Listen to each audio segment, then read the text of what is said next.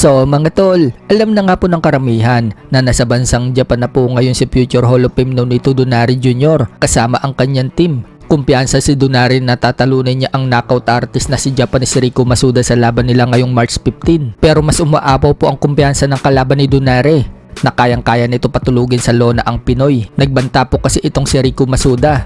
Pagtunog pa lang daw ng bell, magiging agresibo na daw siya at aatake daw ito kay Donaire. Hindi lang daw sa first round, kundi kada round, mangdudumi na daw siya. Sa makatuwid, gusto daw niyang manalo via knockout sa Pinoy. So ganyan nga po kakumpiyansa itong Japanese knockout artist mga tol. Tingnan na lang natin kung magagawa nga ba niya yan kay Donaire. Pinagmamalaki naman ngayon ng Team Donaire na bagong Donaire daw ang makikita natin sa ring. Sa tulong daw yan ng bagong trainer ni Donaire na si Gabriel Flores. Goal umano ng trainer ni Donaire, pabalikin ang bilis ni Donaire at maging kalmado lang ito sa edad nitong 43. Sa kabilang banda naman mga tol, matapos pong matalo kahapon si Albert Pagara sa bansang Australia via unanimous decision sa bagitong Australian fighter na si Billy Paul Kinghorn, marami ang nagsasabing mga Pinoy fans na magretiro na daw si Pagara. Wala na daw kasi yung dating Pagara na napapanood nila. Pero mukhang wala pa yatang balak magretiro si Pagara mga tol dahil minsan na po niyang sinabi na wala daw makakapagdikta sa kanya kung kailan niya gusto magretiro. Kahit umabot pa daw yung edad niya ng 40, lalaban pa rin daw siya. So hanap buhay po kasi ni Pagara mga tol ang pagbaboxing.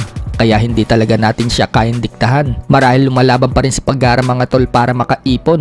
Nang sa ganon, kapag wala na siya sa boxing, hindi siya magiging kawawa. Samantala, hindi naman po napigilan na magbigay ng komento kay Pagara ang kapwa niya boksingero na si Joe Noynay tungkol sa pag-overweight ni Pagara sa laban nito. Wika ni Noynay, wala daw disiplina si Pagara. Kahit 2 buwan, makukuha mo na daw yung timbang basta may disiplina ka. So yan po ang prangkang pahayag ni Joe Noynay kay Pagara. Sa ibang banda naman mga tol, Shakur Stevenson, sinabing babalik daw siya sa 135 pounds or lightweight division para sungkitin ang ring belt. Gustong gusto daw kasi niya ang ring belt. May ring belt na daw siya ngayon sa 140 pounds sa huling laban niya dito kay Teofimo Lopez at pati na din daw sa 130 pounds. Pero pagdating sa 135 pounds, wala pa daw siyang ring belt. Kaya balak niya ngayong bumalik ng 135 pounds para makasungkit ng ring belt. So dahil sa pahayag ni Shakur Stevenson, marami ngayon na nagsasabi na mukhang umiiwas daw ito kay Ryan Garcia matapos daw tanggihan ni Ryan Garcia ang hinihinging kondisyon ni Shakur Stevenson na rehydration clause. Gusto kasi ni Shakur